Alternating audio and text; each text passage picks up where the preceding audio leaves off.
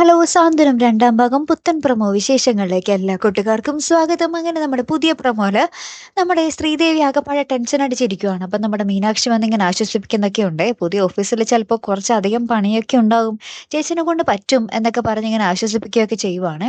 അപ്പൊ നമ്മുടെ ശ്രീദേവി ഇങ്ങനെ നമ്മുടെ എന്താ പറയാ, മിത്രയുടെ അടുത്തും മീനാക്ഷിയുടെ അടുത്തും ഇങ്ങനെ പറയുന്നുണ്ട്, നിങ്ങൾ എന്ത് വന്നാലും എൻ്റെ ഒപ്പം നിൽക്കുമല്ലോ അല്ലേ എന്നൊക്കെ പറഞ്ഞ് അവരിങ്ങനെ മൂന്നുപേരും കൂടി ഇങ്ങനെ കൈകോർത്തൊക്കെ നിൽക്കുന്നുണ്ട്.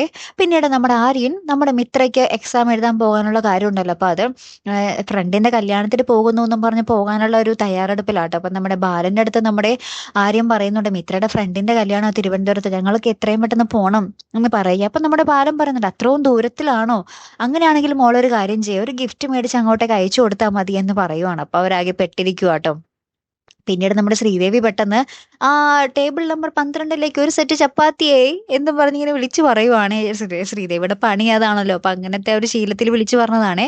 അപ്പൊ പെട്ടെന്ന് പരിസരം മറന്നായപ്പോ നമ്മുടെ ശ്രീദേവിയുടെ വിളിച്ചു പറയല. അപ്പൊ ഈ ഒരു പറച്ചിൽ കേട്ടിട്ട് നമ്മുടെ മീനാക്ഷിയും ബാലനും ഗോമതിയൊക്കെ ഇങ്ങനെ ഞെട്ടി നിൽക്കുന്ന ഒരു രംഗങ്ങളാട്ടോ കൂട്ടുകാരെ നമുക്ക് കാണുവാൻ സാധിച്ചതേ. കാത്തിരുന്ന് എന്നെ കാണാട്ടോ. അടുത്തൊരു വീഡിയോ വരുന്നത് വരയ്ക്കും ഗുഡ് ബൈ.